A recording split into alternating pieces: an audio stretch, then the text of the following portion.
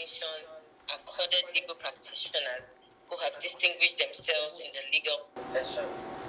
In 2012, he was awarded the Federal Service within and outside the University of Lagos community.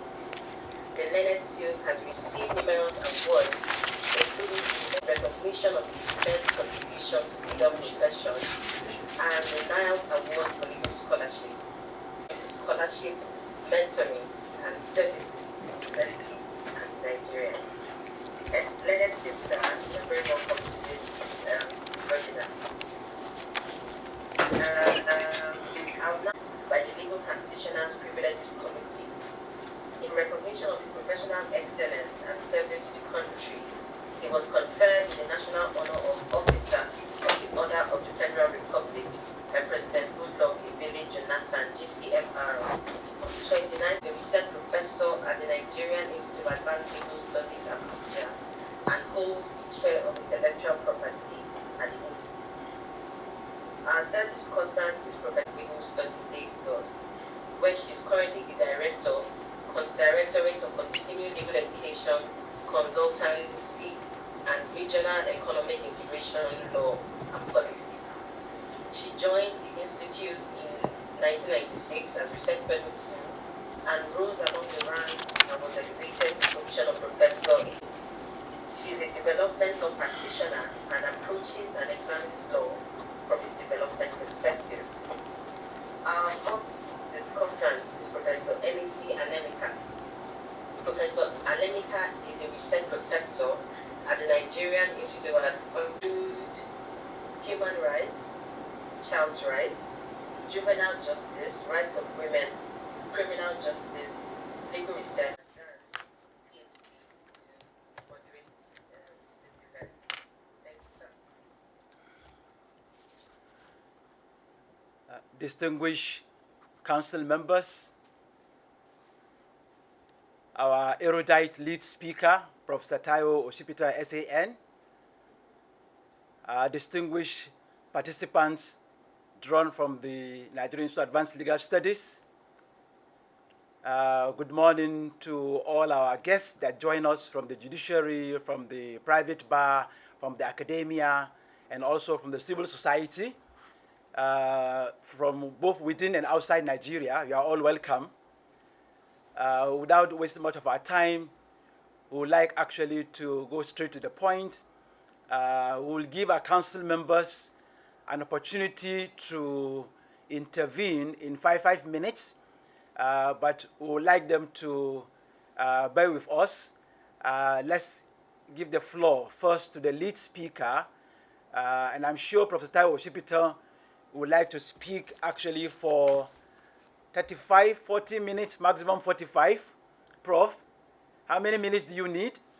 And the topic is the search for a fiscally autonomous judiciary in Nigeria.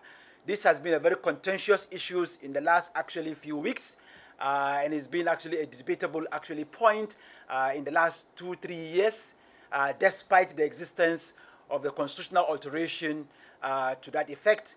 And I think fiscal autonomy for the judiciary at the federal level is not a problem, but it is a problem when it comes to the actually state judiciaries. And I think this is an area where we are trying to provide a sense of harmony. And I think the title actually is apt. Prof, thank you for choosing the title actually for this webinar. So Prof, we would like to give you 40 minutes.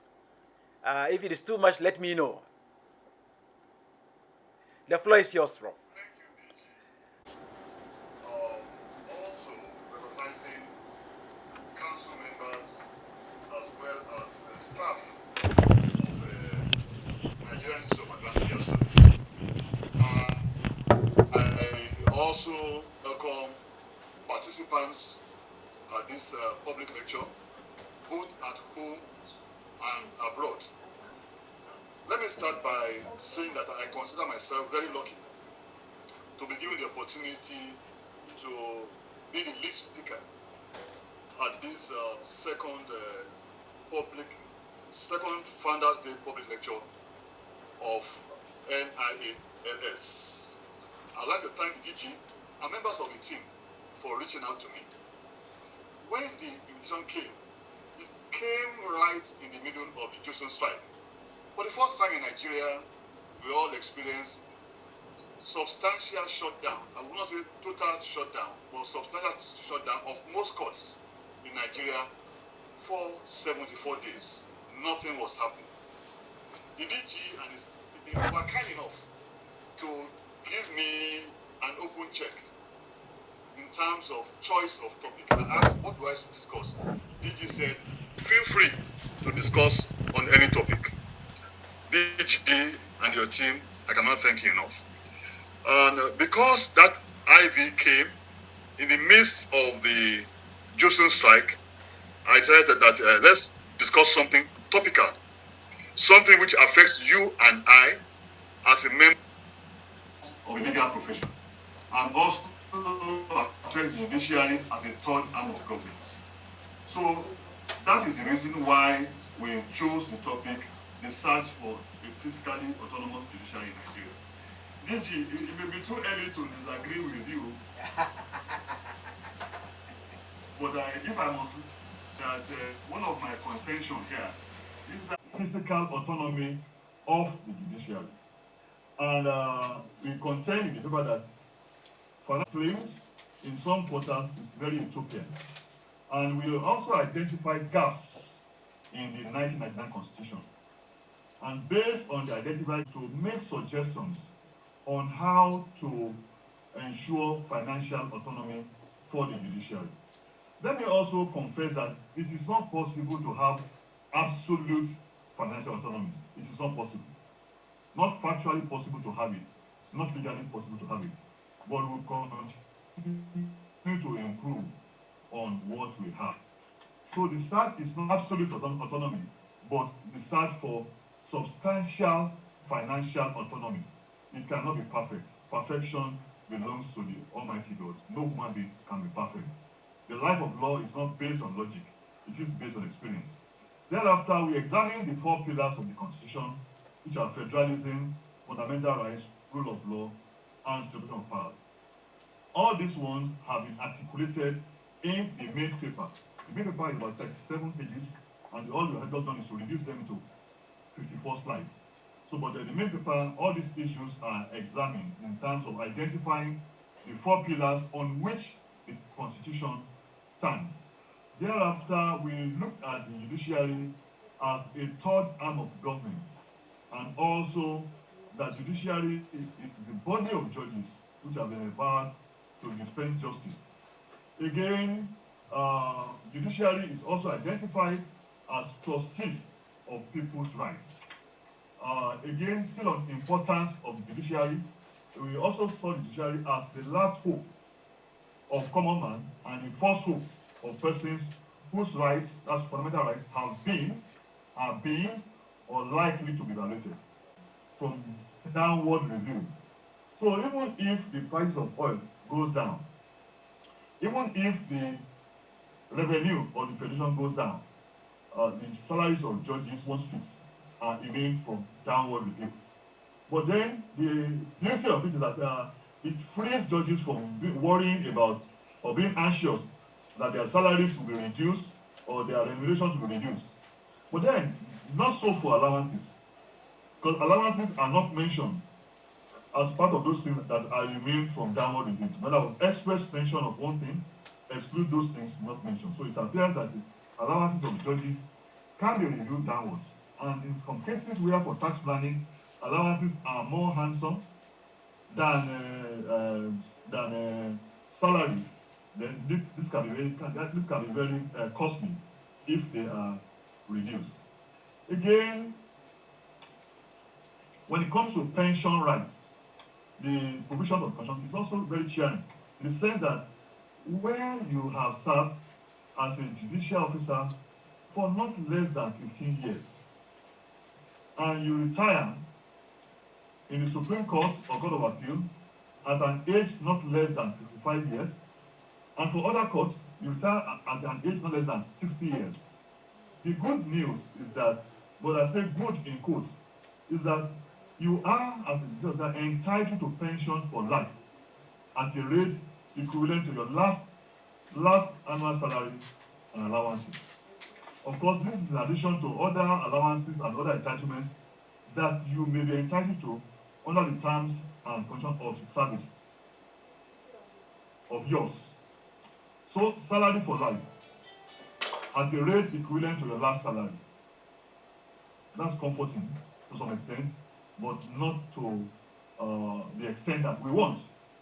For those officers who have with less than 15 years experience on the bench and who retire at ages not less than 65 years for Supreme Court and Court of Appeal presidents, for Court of Appeal justices, and 60 years for other courts, they are entitled to prorated pension for life based on the number of years they have served as judicial officers in relation to the 15 years.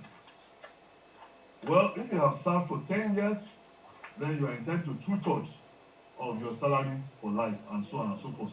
For those who have served for less than 15 years and who also retire before they attain 65 years and 60 years respectively, for appellate and courts and other courts respectively, they are entitled to pension, retirement benefits as may be regulated by an act of National Assembly or by law of a state house of assembly. Well, we have looked at it and said, so far so good. It looks good, but it does not look too good. But then we discovered from our findings that these provisions on payment of salaries for life in retirement, and also charging of salaries and allowances to Consolidated Revenue Fund are limited to only judicial officers of superior courts established under Section 6 for the Federation and the states. Therefore, officers of magistrates and other courts of inferior courts, or any court not mentioned in Section 6, it will mean that their heads or their officials who preside in those courts cannot be allowed to benefit from the provision. They are treated as part of the civil service structure. They cannot be beneficiaries. Take an example of magistrates, for example. Some of them, understand, are paid as low as, who have retired, are paid as low as 60,000 naira per month. Some as low as 30,000 naira per month as their pension. And I say that if as a chief magistrate I'm about to retire and I look at what I will take home at the end of the day, and it's not sufficient, it will require the grace of God for such a person not to yield to the temptation of corruption in the bid to make provision for his or her retirement.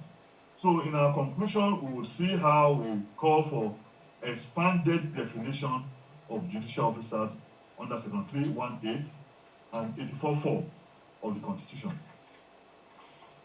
Then we have seen that judges or judicial officers' salaries are charged to a fund and cannot be altered to their detriment during their tenure in office. But then beyond that, we start looking at it, that protection, how adequate is it in terms of the real value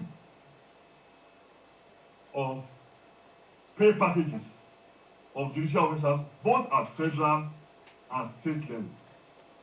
Our finding reveals, or our research revealed, that those pay packages are not attractive enough to have enticed successful legal practitioners to the bench. Or let me say, very successful, because it has attracted successful, but very successful or evidently successful legal practitioners to the bench.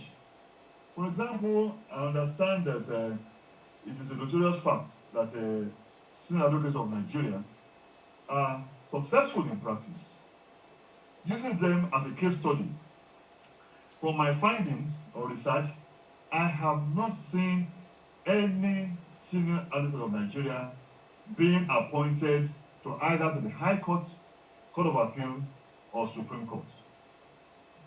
And from my interaction, the message I got is that the pay packages are not enticing enough. If you compare it to what you have in the UK, for example, Queen's Counsel are appointed to the High Court bench and Appellate Court bench because the pay packages are enough to take them home and take them to a comfort zone and take them out of the zone of temptation of corruption. And also, we found out that the last time pay packages of judges were reviewed was in 2008. And between you and I, we all know that Nigeria is witnessing galloping and racing inflation. And between 2008 and now, I think the inflation rate has been about 60% inflation rate. But what we have now done is to look at it and see, in practice, what is their salaries? What are their salaries? CJN, I understand from the study, takes about 3.3 million salary per year. And this translates to about 279. Justices of Court of Appeal, Supreme Court, and President of Court of Appeal, 2.4. Salary of 206 per month. Justice of Court of Appeal, 1.995, which is about 166 per month salary. And other judges, 1.8 per year, which is about 150. Of course, allowances are there, but these salaries, I must also say, are not tax-free. The taxman, whether at state or federal level, whatever the judges decide, will take his own part of it. They're not tax-free, but they are exclusive of allowances. But we also showed that from the study that the monthly alert that the Chief Justice of Nigeria and that of the 57. I do not know what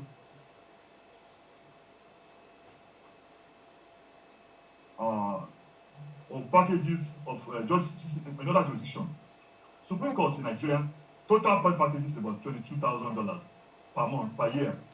In UK, £206,000, US, $280,000, Australia, $596,000. The difference is very, very clear. And that explains why the judiciary or the bench is attractive to Queen's Counsel in UK and unattractive to senior advocates in Nigeria. High courts, total package about $80,000. In UK, £181,000, US 231, and Australia 541. And if you look at the adverse effects of inflation and devaluation of naira on salary of judges, Supreme Court, the $750,000 naira in 2008 would translate to $6,200. But that same amount of money today is about $1,500, courtesy of inflation and devaluation. And there has been no review, no upward review, the same salary.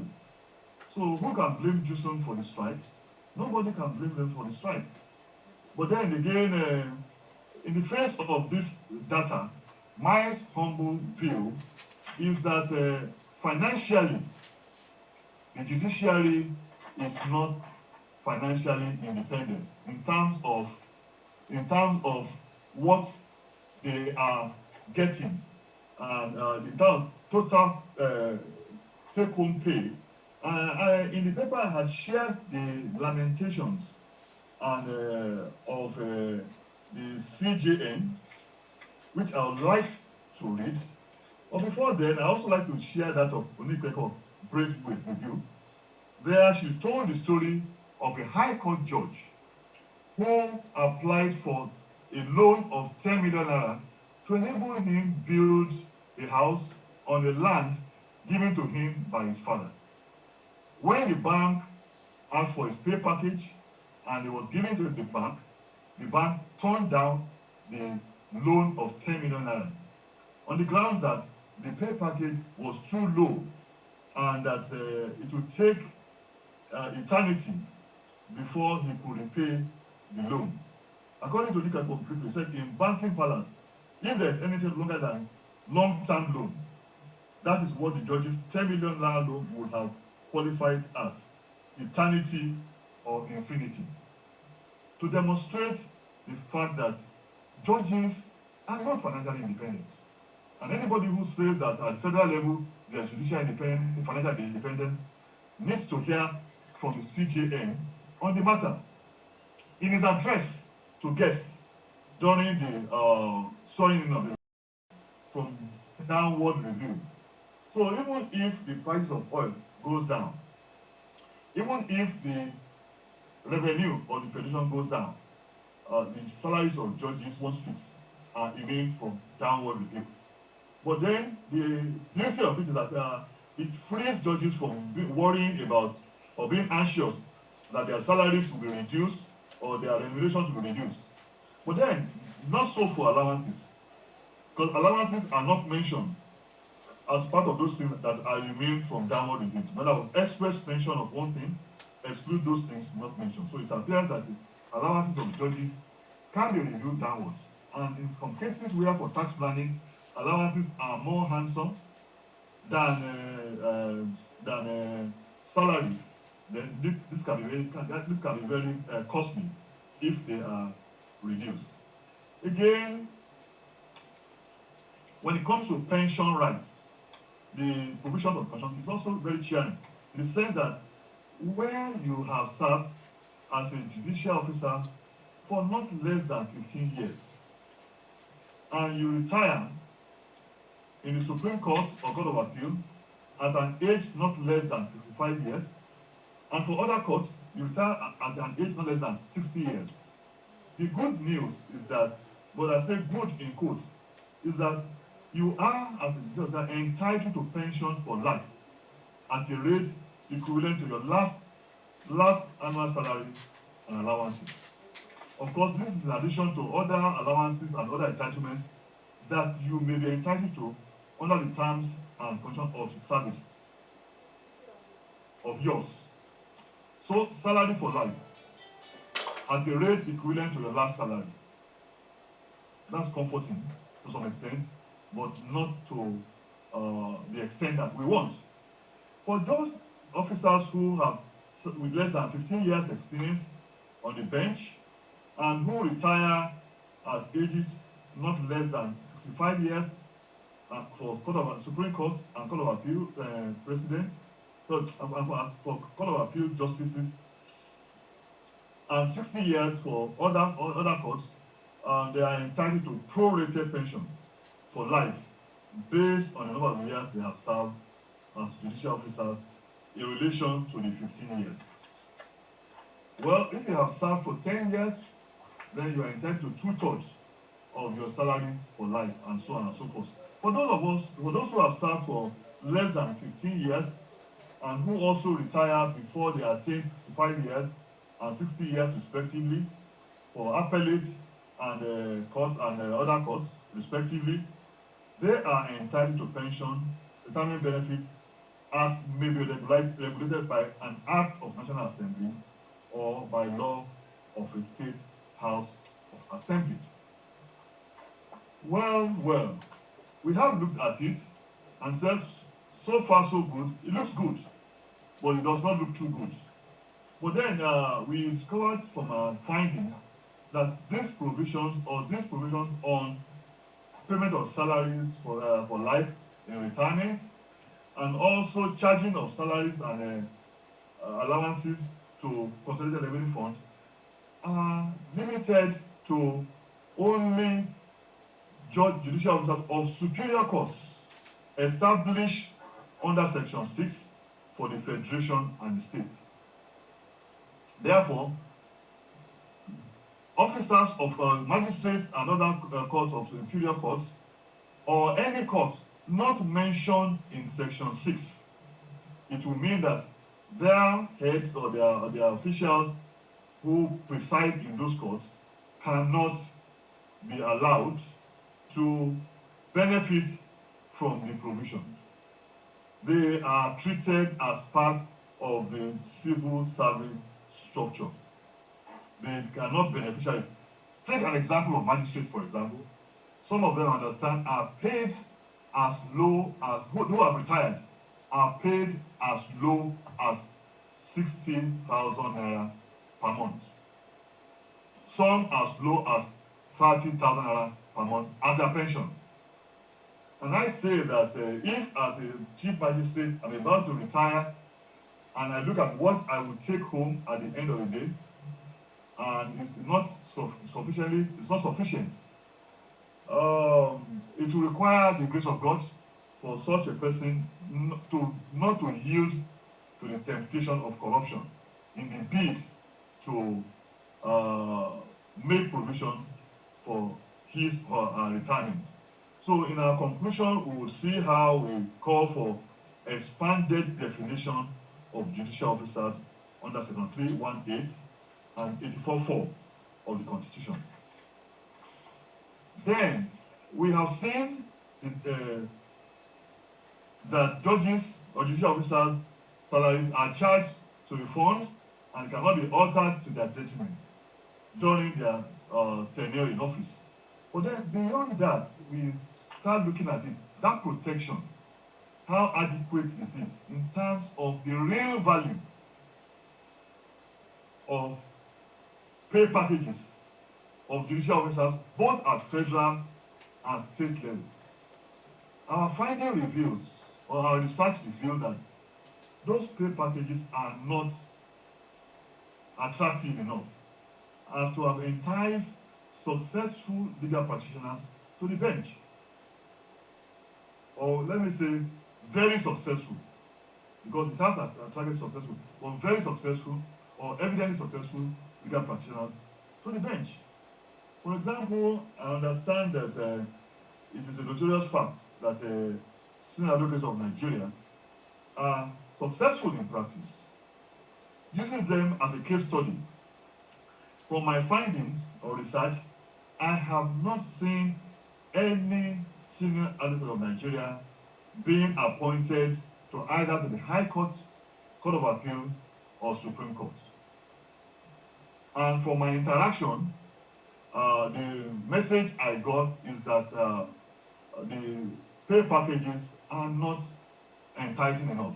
If you compare it to what you have in the UK, for example, Queen's Counsel are appointed to the High Court bench and Appellate Court bench because the pay packages are enough to take them home and take them to a comfort zone and take them out of the zone of temptation of corruption. And also, we found out that the last time pay packages of judges were reviewed was in 2008. And between you and I, we all know that Nigeria is witnessing galloping and racing inflation. And between 2008 and now, I think the inflation rate has been about 60% inflation rate. But what we have now done is to look at it and see, in practice, what is their salaries? What are their salaries? CJN, I understand from the study, takes about 3.3 million salary per year. And this translates to about 279. Justices of Court of Appeal, Supreme Court, and President of Court of Appeal, 2.4. Salary of 206 per month. Justice of Court of Appeal, 1.995, which is about 166 per month salary. And other judges, 1.8 per year, which is about 150. Of course, allowances are there, but these salaries, I must also say, are not tax-free. The taxman, whether at state or federal level, whatever the judges decide, will take his own part of it. They are not tax-free, but they are exclusive of allowances. But we also showed from the study that the monthly alert that Chief Justice of Nigeria, and that of the 57. I do not know what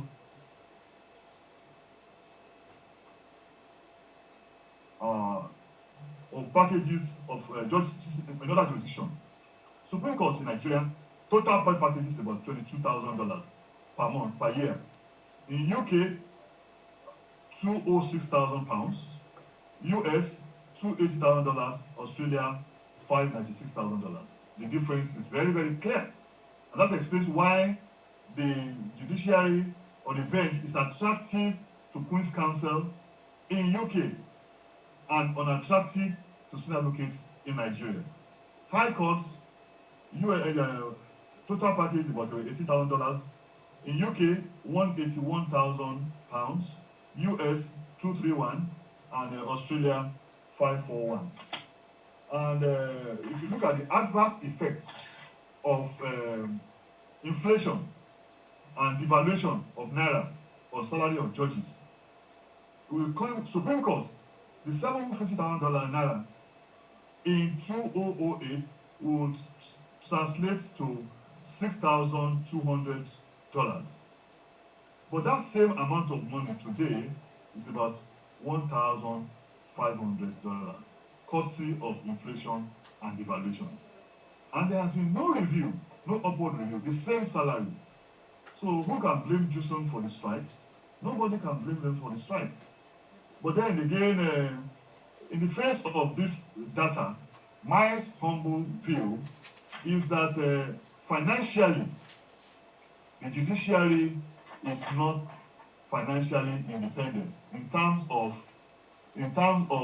what they are getting and the total take-home pay. In the paper, I had shared the lamentations and of the CJN, which I would like to read. But before then, I also like to share that of Onikeko Braithwaite with you. There, she told the story of a High Court judge who applied for a loan of 10 million naira to enable him build a house on the land given to him by his father. When the bank asked for his pay package and it was given to the bank turned down the loan of 10 million naira on the grounds that the pay package was too low and that it would take eternity before he could repay the loan. According to Nikako, he said in banking palace, if there's anything longer than long-term loan, that is what the judge's 10 million naira loan would have qualified as eternity or infinity. To demonstrate the fact that judges are not financially independent. And anybody who says that at federal level their judicial independence, financial independence, needs to hear from the CJN on the matter. In his address to guests during the swearing in of the Senior Advocate of Nigeria, his lordship said,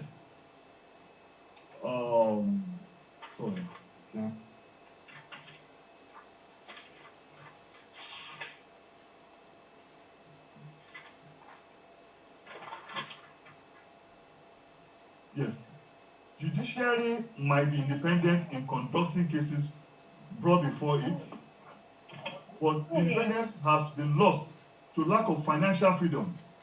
If you say I am independent, but in a way, whether I like it or not, I have to go cap in hand asking for funds to run my office, then I have completely lost my independence.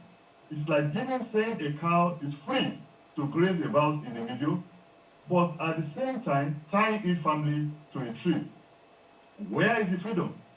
When we assess judiciary from the financial perspective, how free can we say we are? The annual budget of judiciary is still a far cry from what it ought to be. The figure is either stagnated for a long period or it goes on a progressive decline. I make bold to say that the salaries of judicial officers in Nigeria are still far from ideal. I appeal to the authorities to increase salaries and also work out measures to improve the welfare packages of judicial officers, especially after retirement. I'm using this medium to appeal to government at all levels to free the judiciary from the financial bondage it has been subjected to over the years. That is a lamentation from no other person than the CJN. And he is in the best position to know where the shoe is pinching the judiciary and judicial officers. So based on that lamentation and also other empirical evidence, I take the view that individually our judges are not financially independent.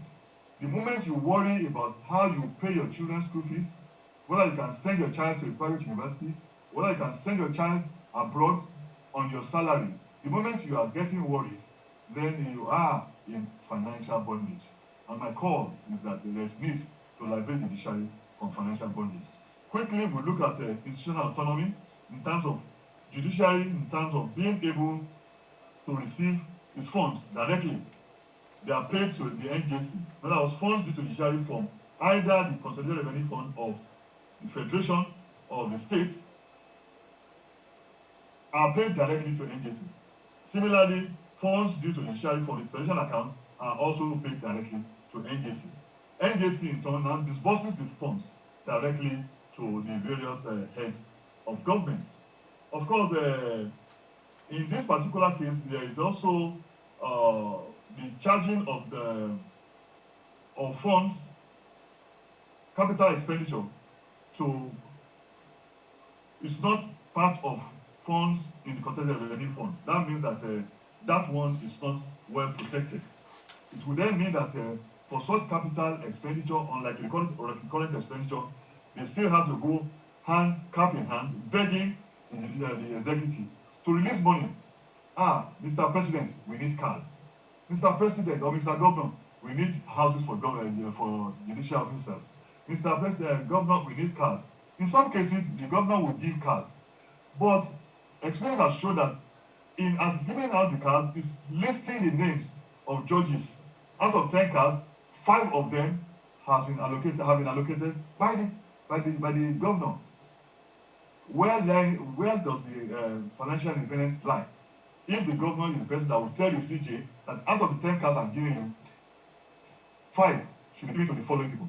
I believe that these are issues that we need to really interrogate. We now look at the fact that NJC mediates or is an intermediary between executive and the judiciary.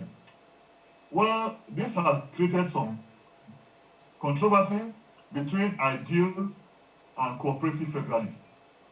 The ideal federalists have argued that NJC is an agency of federal government. Therefore, its role is not in accordance with federal principle of mutual independence and non-interference, that no agency of federal government should control the funds and the affairs of state judiciary. We identify that Professor Conde and Coastal Assembly as those people supporting the non-existence of NJC. The cooperative federalists have said, no, NJC is not an agency of federal government, it's a body established for the federation, and that is listed as one of the bodies for the federation, and that the federal government is not federation. The federal government is part of the federation. The argument has been well articulated in the paper. Again, that federal government is also, like I said, an integral part of the federation. In this paper, you have the Constitutional Conference report which supports this principle. On our own side, I have tried to say that, well, there is no ideal federal setup, and no two nations are no two federations are the same. But I identified some areas of cooperation within the judiciary to show that we don't embrace rigid judicial federalism. We said decisions of Supreme Court are binding on high courts, on all courts. Court of Appeal also binding on all courts. These are being gathered as federal courts. Why would the decision of federal courts bind state courts? Again, if you look at Section 22 of the Federal High Court Act, the judges are allowed, if they come across a case that belongs to state high courts, to transfer cases from high courts, federal court, to state high courts. In an ideal federation, the case should be struck out, not transferred. no judge of a federal court can impose a case in a state high court. Then you also have appeals from state courts going to Court of Appeal and Supreme Court. Then judges of high courts are also appointed to Court of Appeal and Supreme Court, which are all technically federal courts. You also have where the state courts, in some cases, are allowed to exercise federal jurisdiction. There are also federal offenses tried by state courts. Then, in some cases, state offenses under criminal code of states are also tried in state high courts, prosecuted by federal agencies like ICPC and EFCC. And in some cases, those cases, the complainant is the Federal Republic of Nigeria. Federal Republic of Nigeria prosecuting state offenses in state courts in the name of Federal Republic of Nigeria. That does not happen in an ideal federation. But like I said, there's no ideal federation, so to say, and that what we should be looking at is not so much about strict adherence to principle, but we look at how to rework NJC. And I would think that the most evident criticism of NJC is that it is populated by persons who are directly appointed by the Chief Justice of Nigeria. And if you appoint me there and you have appointees there, it's difficult for them not to toe his line unless they are also very, very independent in mind. But if they exist such independence, the likelihood that they may not get a renewal. And if they don't mind renewal, then somebody else will come in. The executive order number 10 is also looked at in terms of it was a child of necessity. It was the product of a presidential committee set up by the president not to ensure autonomy of state courts by state executive. Quite honestly, the intention is well intentioned. There's no doubt about that. The highlights of it is that that order says that funds appropriated to state judiciary must form part of the first charge in the consolidated revenue fund of the states. But then here we come. The Accountant General of the Federation, by virtue of the order or any other orders issued by the Attorney General of the Federation, can authorize deduction from source in the allocation due to a defaulting state from the federation account. In other words, where a state does not give judiciary money appropriated to it, either from the federation account or from the consolidated revenue fund, the Accountant General of the Federation is authorized to deduct that money. But it's silent on whether that money will now be handed over to the heads of the particular courts. But that is there. Then also, Accountant General of the Federation and as well as the committee are the people or the bodies charged with implementing the order. Now, the order contains templates on budgetary application and is a target to state governments. Federal government is not part of the order; it's immune from the order. And again, we said this order, I understand it's in court, but likelihood is that if challenged, it will be successful because there is no law that gives any role to the Accountant General of the Federation or that committee to be involved in withholding of funds or implementation of funds or how states apply their funds. And we drew lesson from the case of the Attorney General of Lagos State and Attorney General of the Federation, which had to do with the local government of Lagos State withholding of accounts of funds due to local governments as a result of a creation of various LCDA. And the Supreme Court said, no, Mr. President has no right to withhold funds due to local government of Lagos State. Going by that precedent, that order may be held as null and void. It is on that note that we quickly look at the lessons from other jurisdictions. America, we said that it is based on non-alteration of compensation clause. In other words, judges are adequately compensated, their salaries and allowances are not to be altered. Then, unlike Nigeria that covers only judges of superior courts, it covers all courts. Again, it covers all compensation, including their allowances. But we use the federal court as the basis of our study, and it should not be altered at all. We also see how in Hopkins and United States and Wales and United States, judges of those courts were proactive in defending the value of their money. Those cases were targeted as ensuring that there was no diminution of the value of their money. But in the first case, brought a class action to ensure that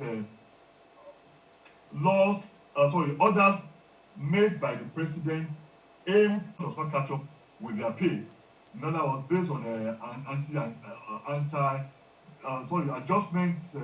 cost of living adjustment act, to take care of cost of living adjustment. But the parliament and the Congress to take care of cost of living adjustment. But the parliament and the Congress must be reminded that fiscal autonomy comes with accountability. Judicial officers will not be immune or will be unable to claim judicial immunity against arrest, interrogation, and prosecution in respect of financial malpractices committed by them where they are directly involved in the disbursement of funds allocated to judicial officers. Judicial, in other words, heads of court, is a caveat to them that we need to be very careful. That yes, we are autonomous, but autonomy comes with responsibility. It comes with accountability. So my plea is that the heads of court, the CJs and the CJN, should not be the accounting officer, should not be actively involved in allocation of funds and disbursement, award of contract, and so on and so forth. Because the never can know what will come out of such situation, but it is an appeal. And I said that a court administrator knowledgeable in accounting matters should be tasked with the disbursement of funds and rendition of accounts instead of expenditure but such officer should be under the supervision of a finance committee, which will ensure that disbursement of funds are in accordance with approved public service guidelines. It is on this note that I'd like to thank you for your attention, and I'd like to surrender myself to questions and comments. I will try to answer the questions to the best of my ability, but some questions that I've erudite, distinguished professor, CAN, SAN, Professor Taiwo Sipitan. I think this is actually a very excellent presentation, and the analysis are very apt. I think it's good that you challenge almost all of us, and then you also provoke our thoughts to see the other side actually of the story of the judiciary in Nigeria.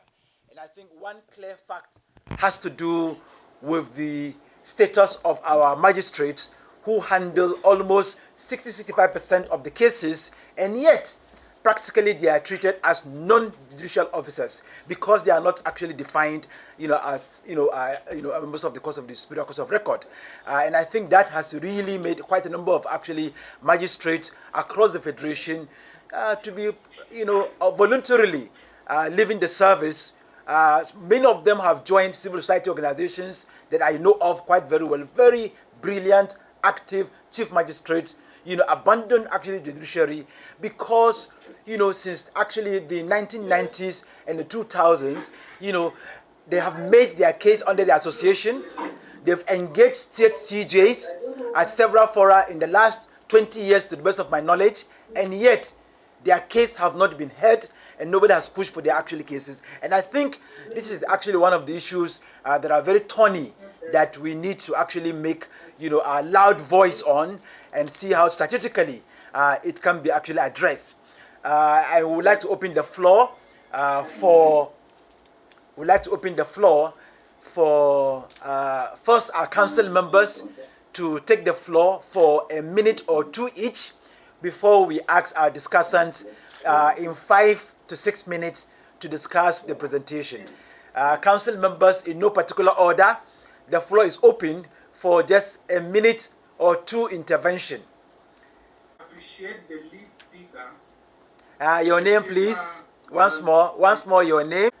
Next council member that is actually ready. The floor is open. One open. Yes.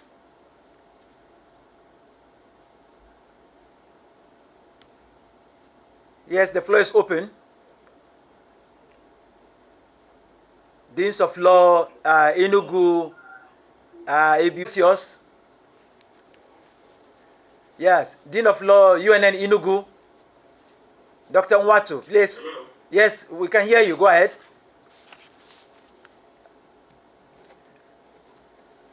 We can hear you. Yes, we can hear you. Go ahead. Okay. Thank you, DJ.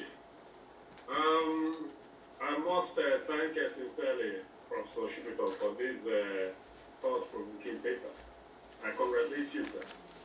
That was a job well done. Just one or two comments. Indeed, this paper came at a very auspicious time in the history of this country. The need for fiscal autonomy of the judiciary is a need that has always been felt. But the present situation in the country even makes it more imperative. And I am happy that, in a way, well, it's true that they distorted a lot of things, but the Jusune strike revealed a lot of things as far as our political actors. Recording stopped. As far as our political actors are concerned. And it worries me the way they responded to this strike, particularly the governors. I think there's a situation where people do not want, or rather want the judiciary to remain emasculated. And it does not cover well for this country. I'm happy that it has been resolved, but the lessons will continue to reverberate. And I must lend my voice to one of the sore points that Professor Shibito raised, and the other commentators have also ventilated, and that has to do with the position of those who man some of the inferior courts of record, particularly the magistrates. Something must urgently be done about their conditions of service. It is most pitiable. And even when we are talking about, it's true that both from the Supreme Court to their high courts, there's need for something to, but these people who handle over 60% of the cases that come to court live in squalor and operate in very inhuman conditions. So when we talk about judicial autonomy, we should really do something in that regard. If the judiciary starts managing its funds, I believe that will make it easier for them to take care of these inferior courts of record. And that is where the real thing is. That is where there is urgent need for these magistrates to have some remunerative respectability. And until that is done, we really have a long way to go. Thank you. Thank you very much once again, Dr. Council member of the Institute. We also like to thank Mrs. Ibirobo Tamuno Adekola SAN, who took the floor before you, council member also of the Institute. In the affairs of the Institute generally. Many of us know the view that the agency or institution, the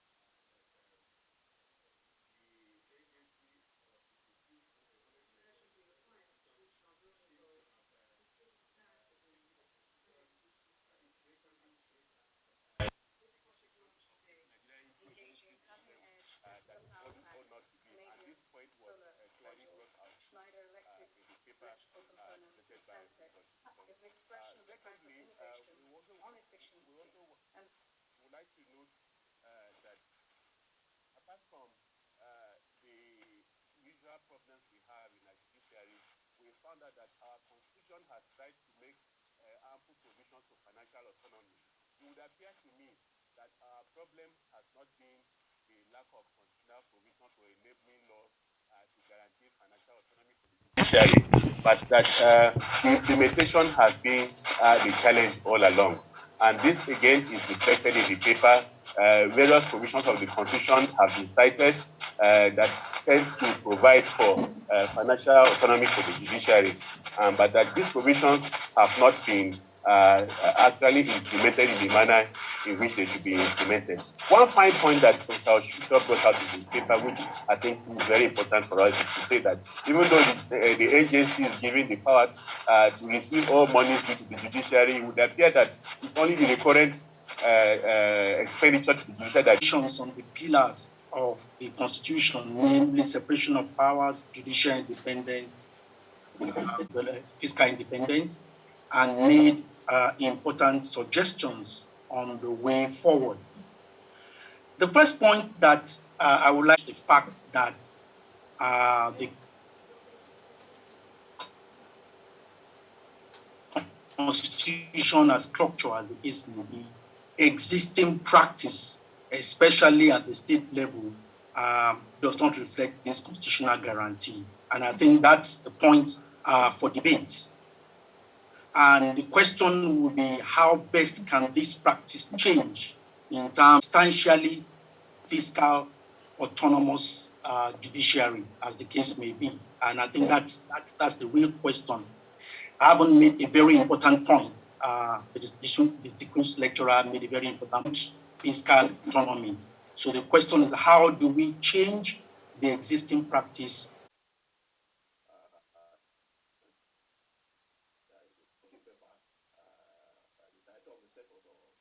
I think a few points that I wanted to for discussion have been taken already, and I'm not going to repeat myself, especially when I've been given just 4 minutes to my discussion.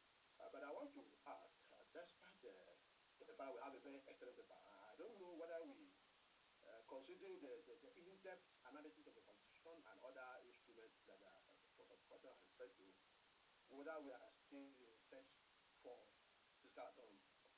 I doubt. I think he used the right phrase in page 86 of the paper, the need for reform. I think we should probably just tinker with the topic, the need for reform, because in terms of are not issues that are dealt, in a critical, in a ground norm, in a commission. Those are issues that are probably other laws and other instruments we have to make provision for, and that is what other 10 rule. Other 10 rule 1 and 2, in fact, up to rule 8, are stated. So I want my learned senior, and I will take him as my mentor. I see him every day. I see him. I just cherish the person, to look at that argument. Secondly, we have also looked at, I think what we have said in summary about the issue of judicial autonomy, that we should look at it from a holistic perspective. That is the view of the learned president and the learned soul. And that is the view that my other scholars have taken. But while we emphasize on magistrate, on the issue of the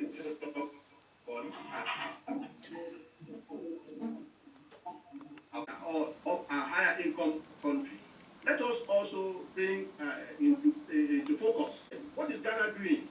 Country that we are in the same pedestrian, in the same level of development. How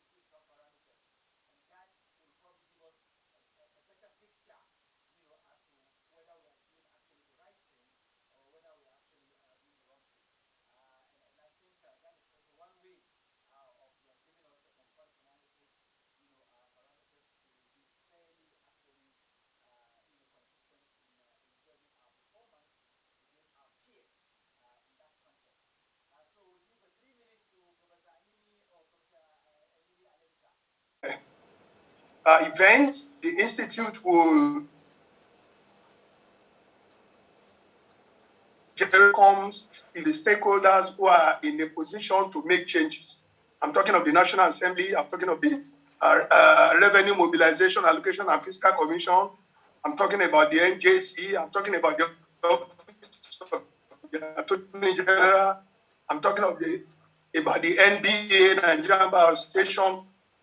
These are the stakeholders that can put pressure on the system to ensure that some of the things that are in suggest financial autonomy of judges can actually be implemented, so that in the next 5 years or 6 years, we will not gather costing this much.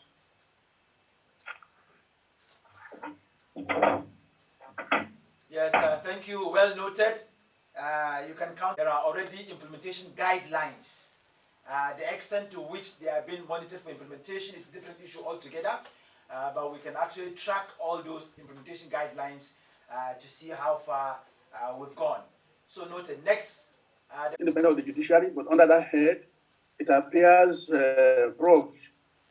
Simply talks only about personnel. What about the workplace, the office equipment, the staffs, the recordings? So those ones, if the judges are well paid, does it mean they will perform better in a bad environment, like the courtrooms, like their staffs? As I know, as of today, our judges are still doing their recording in longhand. Shouldn't those also be considered in discussing the independence of the judiciary, and that there is need for reform in those areas? What about those who are collaborating with the judiciary? If the judge is good, what about the prosecutor? What about the police that helps him to perform his work? He alone cannot do the job. And then my second point, as I know, magistrates are civil servants, so they should have a different deal until they are promoted to the High Court. Those are my 2 points. Like I said, thank you very much, Prof. And thank you, Professor Osipita. All right. Nice seeing you again. Okay, thank you, Dr. Bello Fadile. That judicial, I just want to limit my area to the fact that with pressure within the government and governmental cycle. The next, actually, the floor is open. The floor is open, please.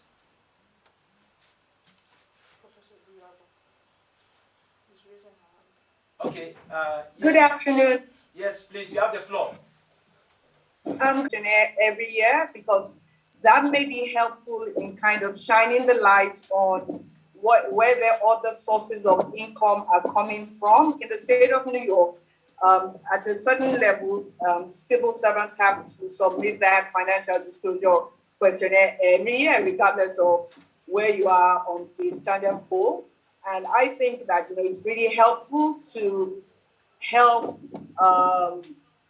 those in authority to figure out if you are actually living beyond your means, and to take it from there. So the judges have to feel areas where we can get value for money, and when we can actually redirect, or we can make better allocation of resources.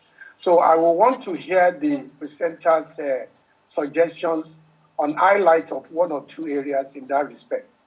Then secondly, I actually like the suggestion about basing the pension of judicial officers on current salary. And want that to apply across board. But if we look at the contributory pension scheme under the Pension Reform Act, we'll see that there is likely to be a challenge. In the academia, ASU, during the negotiation, had this understanding or agreement that if a professor had been a professor for about 15 or 20 years, he or she should enjoy his salary for life. But I don't think that has played out very well. And at the moment, I can't actually hear that being thrown up in the current discourse in the engagement of ASU. So I just want the presenter to look at the contributory pension scheme. For professors of 20 years as professors to enjoy pension for life upon retirement. The lead speaker will appropriately respond. Do we have any distinguished justice of the Court of Appeal, or a judge of a high court, or any magistrate that would like to take the floor? We'd like to hear from our guest judges or distinguished justices. if any? From the pension fund, and especially since we know that even investments by the PFAs are restricted to certain investments. So would borrowing by government in any form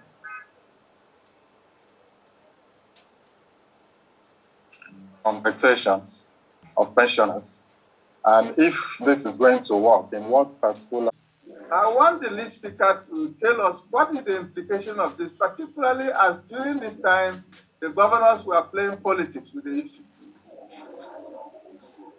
Thank you, Mr. Bernard Hom, SAN, Council Member of the Institute, who joined us from Makodi. Thank you very much, sir. I think the question has been noted by the lead speaker. Yes. Hello. Yes, Hello. please. Yes. Can I come in, sir? Yes, take the floor. Introduce yourself. Yes, this is Professor Larry Usichukwu. Okay, Professor Larry Chuku, yes. Thank you very much, sir. I joined the forces with... From the Nigerian Law Reform Commission. Thank you very much, Prof. DG. So you have 1 minute, please. Very well, sir. I congratulate you on yet another historic meeting. I recall that the last meeting of this sort that I attended, physical meeting, was your Founders Day lecture last year, which took place, I think, about a week before the shutdown, the lockdown last year at the Rockview. I was there. That was delivered by His Excellency, also Sumbo. Anyway, I've thoroughly enjoyed all the comments and the contributions, and in particular the lead presentation by my boss, distinguished Professor Oshipito. Congratulations. Two questions that just came up. Last but one speaker, the penultimate speaker. One, he spoke about that Professor Adekule. He asked about how far the federal government can go in borrowing from the pension. Chuku has answered the question very well, namely that the pension rights given to judges or judiciary are rights that are traceable to the Constitution. So even if the Pension Act, Reform Act had put judges' pension within the Pension Reform Act, I would have argued that that law is contrary to Section 291 of the Constitution and therefore null and void, because that is a right given to them by virtue of the Constitution. And because it is given by them by virtue of that provision of Constitution, then you cannot really take that right away.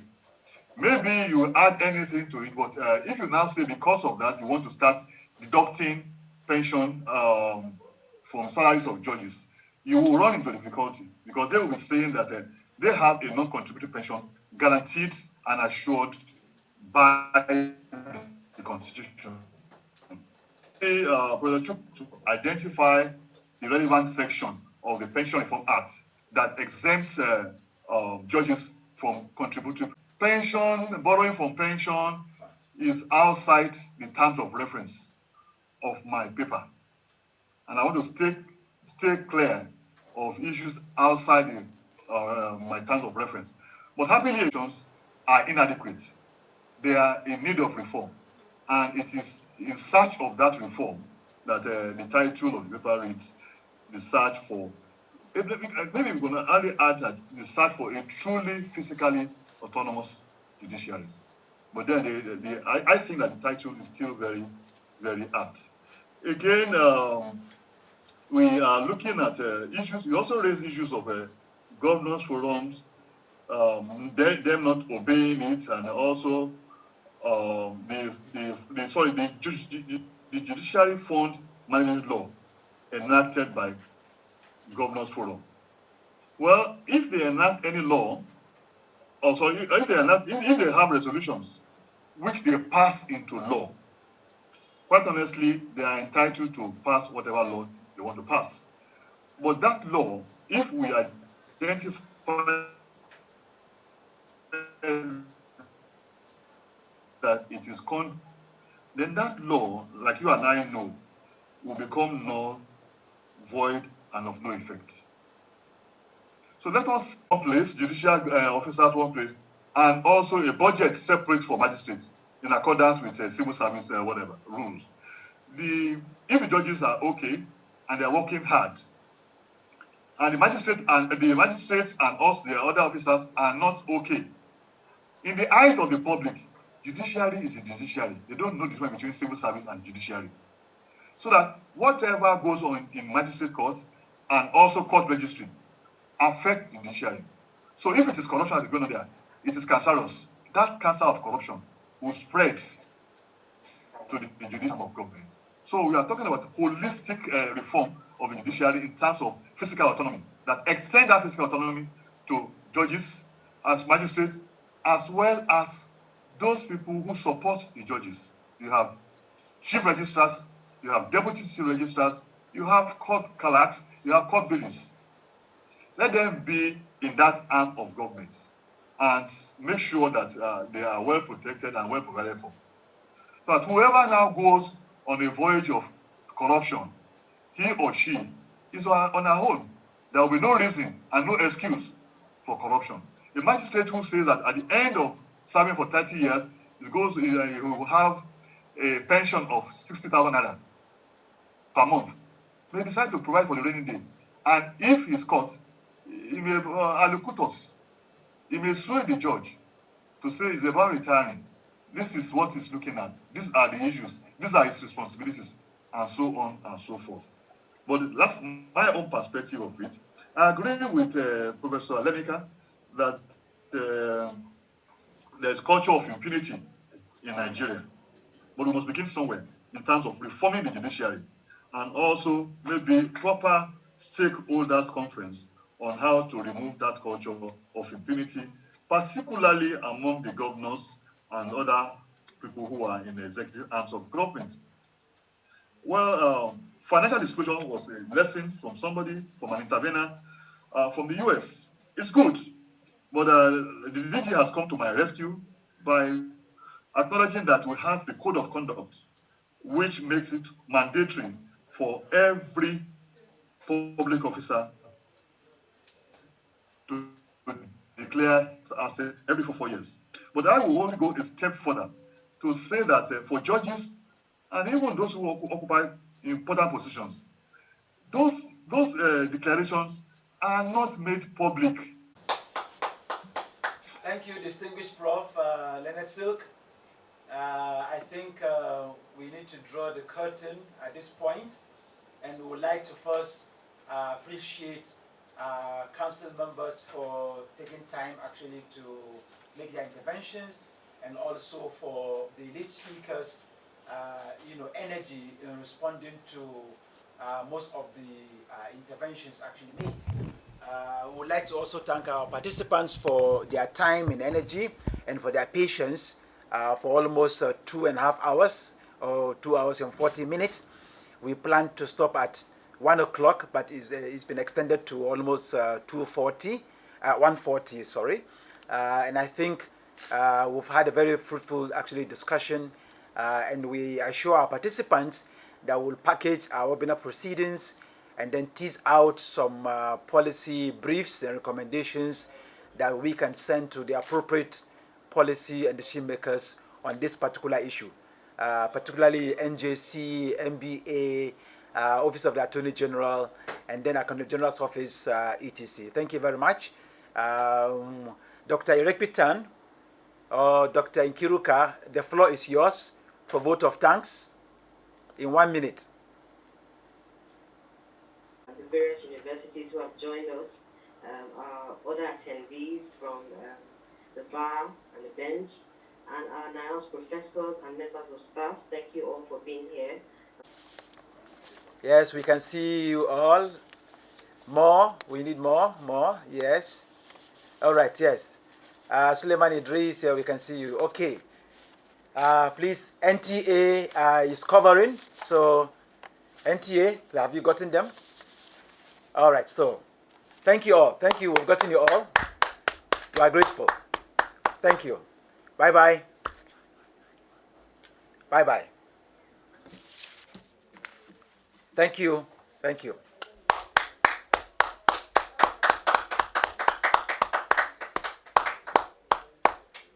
Thank you. In the first instance, this is a very good question. We are very much aware of the fact that there was actually a judiciary staff of Nigeria's actually strike that lasted for almost 74 or 78 days. Practically, you can say 2 months or more. And it's all about the need for judicial autonomy, at all levels of governance. Particularly in theory, we were made to understand that this independence actually exists at the federal level, but the testimony actually of judicial officers at the federal level, particularly the CJN, as referred to by the lead speaker, indicates that financial autonomy wise, the judiciary is still in bondage in Nigeria. And that is because if you look at their package, against inflationary trend, and compared with other jurisdictions, even though some of the jurisdictions actually use in the lead presentations actually, today, may not necessarily reflect, the context, of Nigeria with other peer group countries. But it goes to show you that, if a whole appellate court judge or a CJN, receives an alert of not more than 800,000 naira, per month, if you set it against inflationary trend, as at today, it's almost reduced in terms of value, for money, by almost 100%. So it comes down to almost 400,000 naira per month. I don't think any one of us actually believe that that's the salary actually package of the head of the judiciary, of the entire federation. It's very ridiculous. And if you really want to fight corruption in the judiciary, I don't think there should be the kind of take-home, package for such appellate court justices or for such heads of judiciary. It is very ridiculous and it makes no sense at all, even in the fight, against corruption, in any sector, particularly in the judiciary. And if you also set it against why the judiciary staff of Nigeria went on strike, JUSUN, went on strike, it's also about, autonomy for the state judiciaries. Because what is the point of, even in theory, having that kind of independence in terms of, operational independence, and then financial independence or autonomy at the federal level being theoretically enjoyed, and even in theory, it's not so enjoyed at the state level. I think that's actually the crux of the matter of the strike. So, what is the point of having state governors, controlling and reducing state judiciaries into destitutes and beggars, going hand in hand for practically almost everything except their salaries and emolument. And second, at the state level, you also have a huge crisis that have been lingering for over 2 decades, to the best of my knowledge. The Magistrate Association of Nigeria, I know of, in the early, actually, 2000 and 2001, for instance, they had series of meetings with state judiciary, with state CJs, on the need for them to move away from the classification as civil servants, with paltry sum of 30, 40, 60, 70,000 naira, for a senior magistrate or chief magistrate in some states, and to date they remain civil servant. So, and the irony of it all is that this category of lower judicial officers, that you can call them, magistrate, Sharia court judges, district or area court judges, and customary court judges, that are not superior courts of record, judicial officers, they handle actually 65 to 70% of all our cases across the federation. And yet, what they get actually is a paltry sum, and yet they can't even be properly classified as judicial officers. They are treated like civil servants because they are actually at the state level seen as civil servants.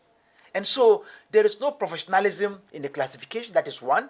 Second, the remuneration is not actually commensurate with what they do in actual practice, handling almost 65-70% of all the cases before it gets on appeal. And you want to fight corruption in the judiciary, and then you can't even address the classification of such lower judicial officers. You want to fight corruption in the judiciary, and you can't even address, the package, the basic package, and emolument actually of this category of judicial officers. You obviously actually are encouraging corruption and abuse of power. And yet we call judiciary, as the last hope of the common man. How and in what context? It makes no sense. So I think if our policy and decision makers are serious about, judicial reform, these are some of the issues, that need actually to be addressed. You can't actually expect. I think it's very shocking today for all of us to actually hear, because for many years people thought that our appellate court justices were earning actually some millions actually of naira in terms of their take-home package, but it's not true. And if you set it against inflationary trend, as at today, and the most actually serious actually concern is that since 2008, when the review was actually made, no such review was ever made, in almost 12, 13 years. So their package remained stagnated, at that level. And it's not good for the system. It's not good in combating corruption, and you also want them to give their best in the system.